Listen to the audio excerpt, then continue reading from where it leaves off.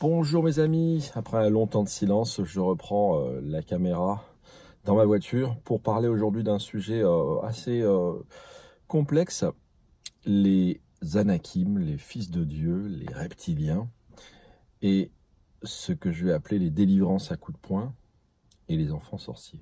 A tout de suite.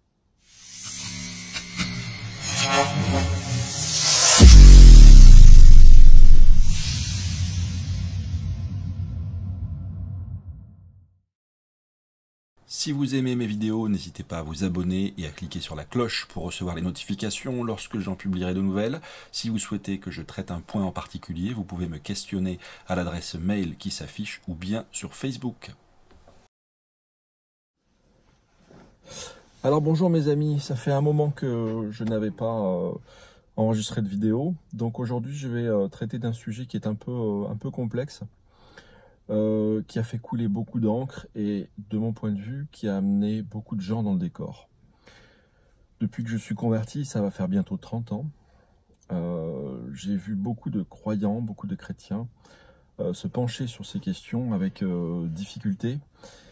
Et je voudrais vous ramener à l'équilibre concernant la question des Anakim, des Réphaïm, des Néphilim, toutes ces théories un peu fumeuses qui partent d'un seul verset.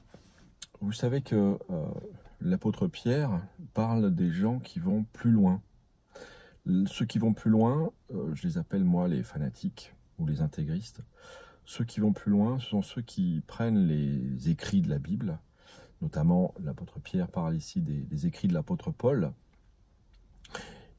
L'apôtre Pierre parle d'écrits difficiles dont certains tordent le sens pour leur propre ruine et pour la ruine de ceux qui les écoutent. Donc mon objectif aujourd'hui, ça serait de vous éviter la ruine, de vous éviter de tourner en rond dans des doctrines et des théories dont je vais vous prouver qu'elles sont directement responsables de la mort, je dis bien de la mort, d'enfants au Zaïre, enfin au Congo Kinshasa, d'enfants par milliers. Des enfants meurent par milliers à cause de mauvaise compréhension de versets de la Bible. Donc ce verset en question, il est dans Genèse 6, c'est le verset 4, lorsqu'il est question des filles, des fils de Dieu qui sont venus vers les filles des hommes et qui ont enfanté des hommes, on ne sait pas si c'est mi-homme, mi-ange, mi-dieu, mi-démon, je ne sais pas. Le plus important, c'est de faire ce que dit Moïse. Toute déclaration se réglera sur la déposition de 2 ou de 3 témoins. C'est important, avant de pouvoir faire une doctrine ou de pouvoir bâtir une théorie sur la Bible, d'utiliser 2 ou 3 textes convergents.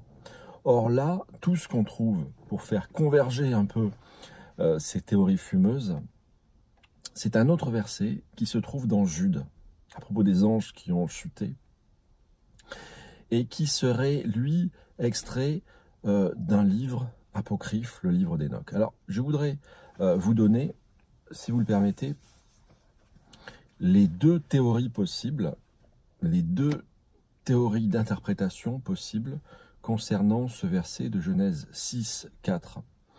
La première théorie, je dirais en tout, il faut être simple. Pour rester dans l'équilibre, pour rester dans la bénédiction et l'équilibre de Dieu, il faut être simple. Lorsque Jésus a renvoyé dos à dos Sadducéens et pharisiens, vous savez que les pharisiens croyaient aux anges, les Sadducéens n'y croyaient pas, et à un moment, il a raconté, enfin c'est les Sadducéens qui ont raconté une petite fable à propos d'une femme dont le mari décédé et qui a épousé un frère, puis l'autre frère, puis 7 frères successivement. Petite fable sadducéenne pour poser la question à Jésus, le mettre en difficulté, à la résurrection, de qui sera-t-elle la femme? Et Jésus répond, badaboum, les mecs, vous vous gourrez, vous mettez le doigt dans l'œil jusqu'au coude, parce qu'au ciel, il n'y a pas de sexe. Les anges n'ont pas de zigounette, désolé. Et la question des fils de Dieu qui sont venus vers les filles des hommes, peut être réglé très simplement. On peut considérer que les fils de Dieu, ce sont les enfants de Seth, et les filles des hommes, ce sont les filles de Caïn. D'accord? Qui ne sont pas considérées comme des filles de Dieu, mais elles sont considérées comme des filles de celui qui a été déchu. Et donc, ça pourrait expliquer, ça pourrait être une explication.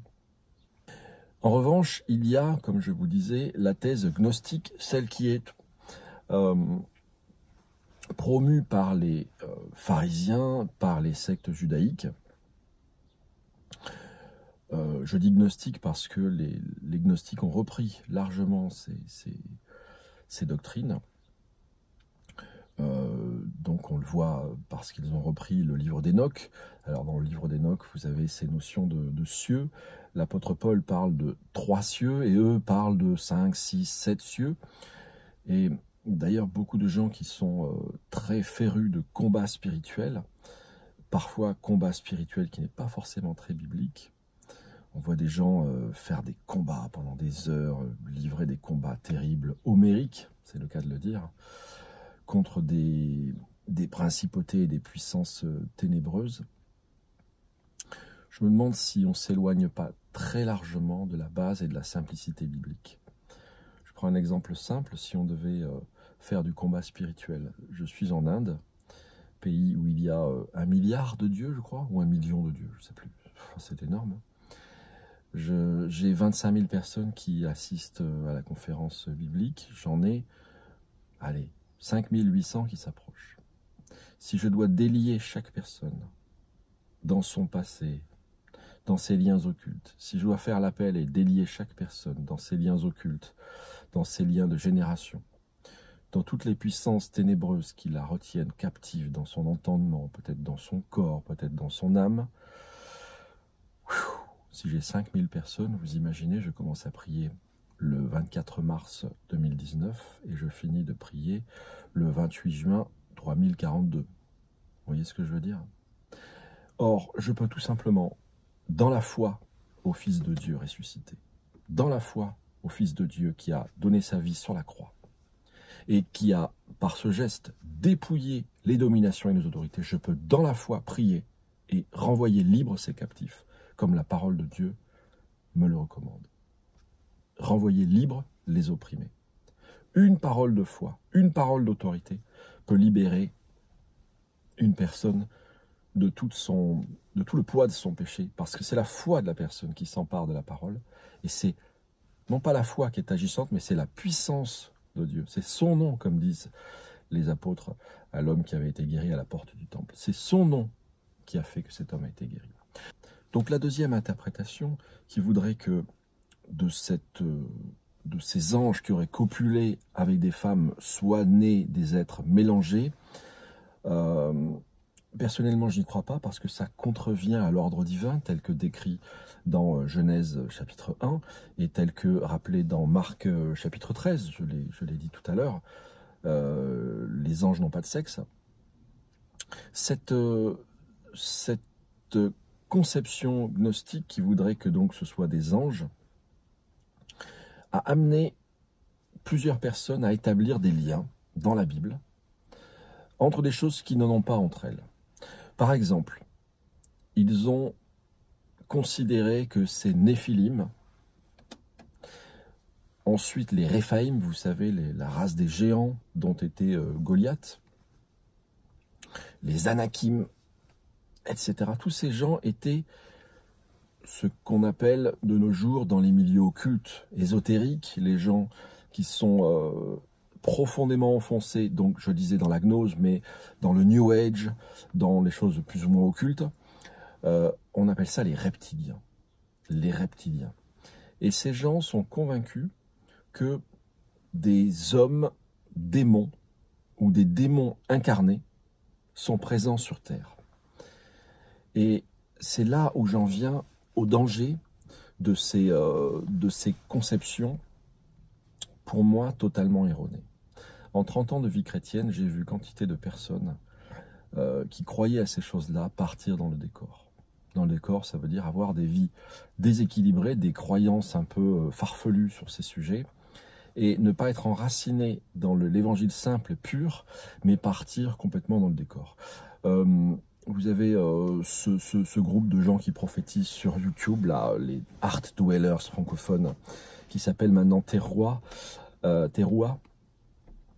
Si vous écoutez certaines de leurs prophéties, mais c'est délirant, tout ce qu'ils racontent concernant la couronne d'Angleterre, que ce sont... donc ils voient ils vont faire des arrêts sur image, avec des vidéos sur la reine d'Angleterre ou certaines personnes, et puis tout d'un coup, vous savez, comme dans la série télé V, où des lézards venaient envahir les humains. Alors eux croient voir des yeux reptiliens dans les yeux des gens. Je suis extrêmement réservé, parce que à quoi ça sert de croire à toutes ces choses? Et je vais vous le dire même plus loin, c'est même très dangereux. Mais je vais prendre un exemple simple.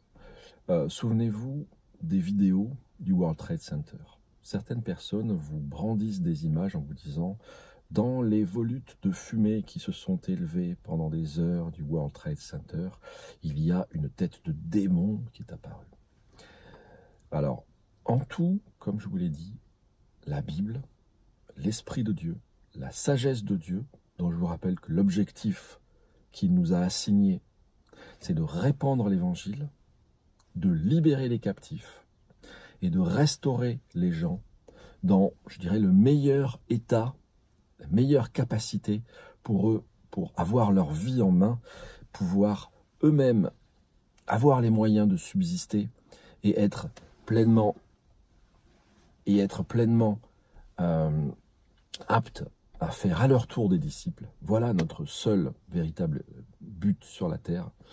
Voilà pourquoi la Bible nous a parlé, et pourquoi la Bible nous équipe, et pourquoi l'Esprit Saint nous donne du discernement et nous équipe.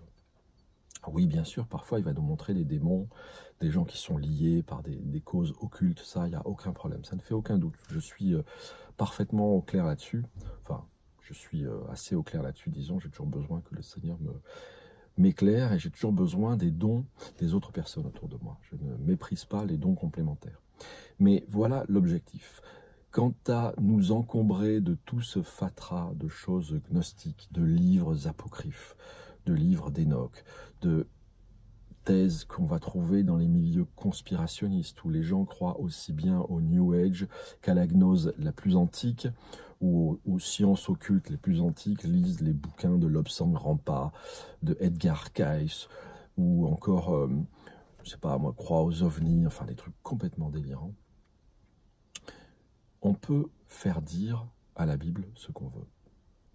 Moi, j'ai vu quelqu'un qui était un raélien, vous savez, cette secte qui prétend que les extraterrestres, enfin bon, bref, c'est surtout un attrape-nigo pour coucher avec des jeunes filles, et c'est ce que pratique leur gourou. J'ai vu un raélien, en discutant avec lui, me dire que dans la Bible, il y avait des ovnis. En fait, si tu viens avec des lunettes, avec des soucoupes volantes sur tes lunettes, tu verras des soucoupes volantes partout. Il me disait que les roues d'Ézéchiel, je crois que c'est dans Ézéchiel 4, que les roues d'Ézéchiel étaient le signe que la Bible parlait des ovnis. Bon, voilà. Le mec, il rentre dans la Bible et il veut trouver les ovnis. Il y a beaucoup de gens qui rentrent dans la Bible comme ça, avec une idée préconçue, et qui vont transposer leur réalité dans une réalité qui est tout autre. Mais comme ils sont prédisposés à voir une chose, ils vont la voir quelque part et ils en seront convaincus. De la même façon, donc ces volutes de fumée qui sont montées du World Trade Center pendant des heures, imaginez des centaines de millions de pères Dieu qui regardent ces volutes de fumée, des centaines de milliers de personnes qui les regardent sur des magnétoscopes et qui peuvent faire des arrêts sur image, et fatalement, pendant ces heures de contemplation, là, de visionnage de ces volutes de fumée, on verra nécessairement un moment, peut-être une forme, peut-être un cheval, peut-être une enclume, peut-être une montgolfière, peut-être une tête, peut-être la tête de George Bush, allez savoir. Là, certains ont vu une espèce de masque démoniaque. Voilà. Ça ne signifie absolument rien. C'était Léonard de Vinci, ce brillant inventeur, qui disait à ses élèves en peinture, il leur disait: si vous manquez d'inspiration, arrêtez-vous. Regardez un mur blanc pendant un instant. Fixez-le, puis dessinez ce que vous voyez. comprenez ce que je veux dire? Fixez un mur blanc, puis dessinez ce que vous voyez. C'est dans l'imagination que ça se produit. Alors, j'en viens au fait de ma vidéo, qu'il y ait ou pas des Anakim, des Réphaïm. La Bible est claire à ce sujet. Hein. Tous ces versets peuvent s'expliquer simplement. Vous prenez séparément chacun de ces noms-là, vous les étudiez dans leur contexte, et vous verrez qu'il n'y a pas plus de mystère que de beurre en broche. Okay?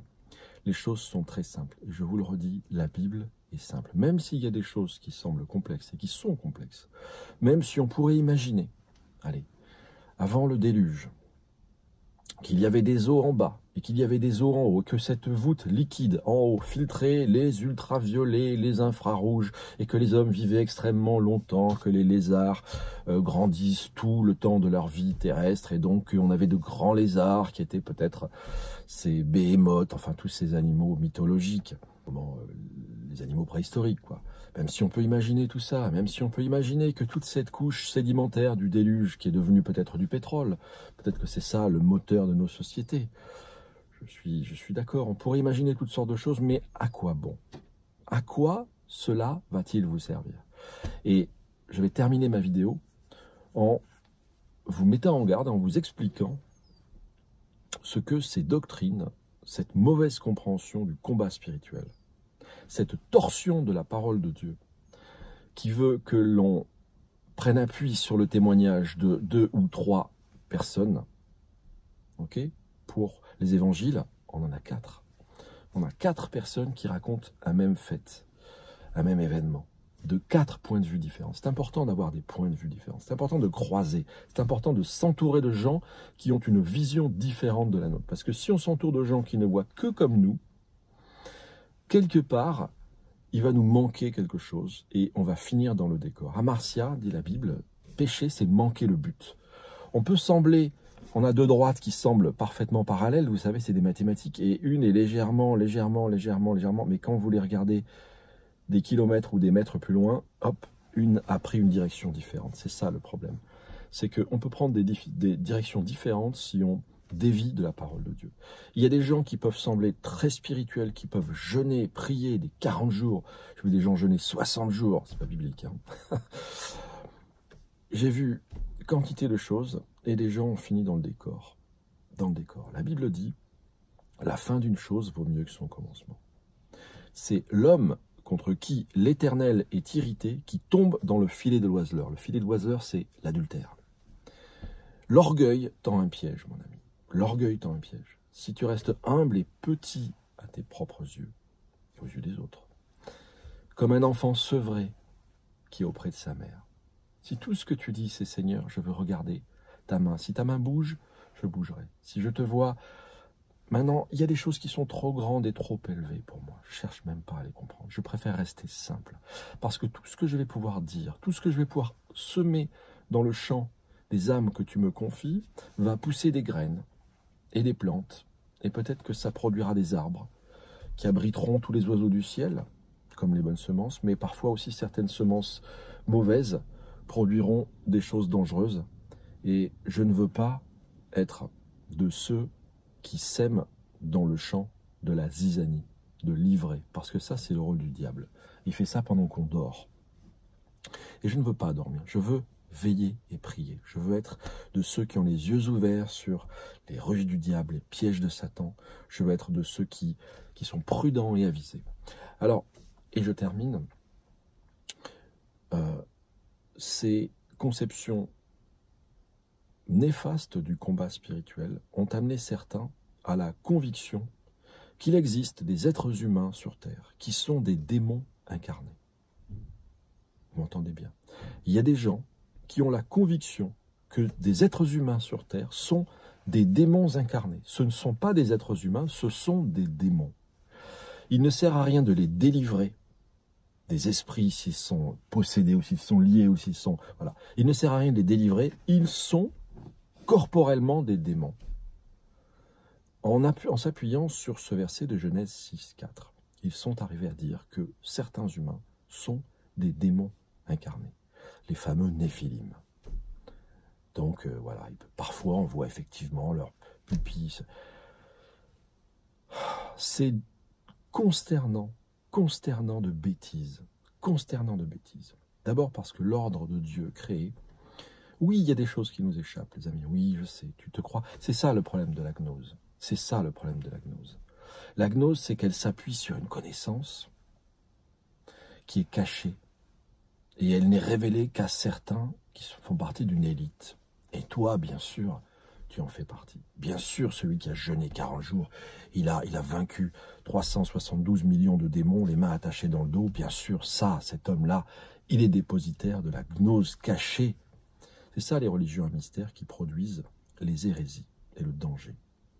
Cette zizanie, cette ivrée, produit des délivrances à coups de poing. Qu'est-ce qu'on appelle des délivrances à coups de poing? Tout simplement puisque ces gens ne sont pas délivrables, ce sont des démons. Et donc on voit parmi les églises, on va dire ethniques, qui florissent de plus en plus dans nos pays, mais pas que dans nos pays, aussi en Afrique, des gens s'en prendre à d'autres personnes à coups de poing. Et au Congo, Kinshasa, Brazzaville, Kinshasa, des dizaines de milliers d'enfants qu'on estime être des sorciers incarnés, des enfants sorciers, qui ne sont pas délivrables, sont abandonnés par leur famille. Ils vont errer dans la rue ou ils sont carrément assassinés. Merveille a 12 ans et elle quitte sa famille quand elle en a 5. Elle a été rejetée par son père qui lui reprochait d'avoir tué sa mère. Je me rappelle que c'est dans une chambre de prière que le pasteur a déclaré que je suis sorcière. Ce jour-là, il me dit « apporte les bouteilles ». Je lui réponds que je n'ai pas de bouteilles. Il va ensuite me bander les yeux et attacher mes mains. Il a commencé à prier pour moi en me disant que si je n'apporte pas les bouteilles que je cache, je ne sortirai pas de cette chambre. Ma sœur n'a pas apprécié. Elle a jugé bon de me ramener à la maison. Dans le quartier, on me prenait pour une sorcière et si je disais bonjour à quelqu'un, il me chassait en criant le nom de Jésus. Les gens commençaient à me fuir et à m'éviter. J'ai commencé à ne plus sortir de la maison. Le lien direct entre une petite hérésie ou un petit éloignement de la parole de Dieu va produire, c'est un peu comme une rivière. À un moment, ça produit un fleuve, une petite graine. À un moment, ça produit un arbre. Et ce léger dévoiement de la parole de Dieu, ces choses difficiles à comprendre, que l'on a tordues, et de briques et de brocs que l'on a assemblées pour fabriquer une espèce de conception gnostique de réalité spirituelle pourtant explicable simplement, comme je l'ai fait au début, produit des meurtres par milliers. C'est extrêmement dangereux. D'ailleurs, il y a quelqu'un qui a fait une thèse sur la relation entre les milieux pentecôtistes et ces enfants abandonnés et assassinés par centaines et par milliers. Sur ces bonnes paroles, mes amis, je vous laisse et je vous souhaite de rester dans l'équilibre de la parole de Dieu, de ne pas céder aux sornettes de tous les conspirationnistes de tout poil qui veulent vous apprendre des choses et qui veulent vous faire croire que des complots existent. Oui, il existe des complots, ça c'est clair. Oui, les plus gros démons, ils portent des costumes. Ils ne sont pas forcément très hideux, ils portent des costumes et ils assassinent des bébés par millions. Et ils régentent des nations entières, je suis d'accord avec vous. Mais tout être humain est capable, 1, de croire en Dieu, 2, de se repentir, et 3, d'obtenir le pardon de ses péchés, quels qu'ils soient. À bientôt pour une prochaine vidéo. C'était Nicolas Sierra Pica. À bientôt.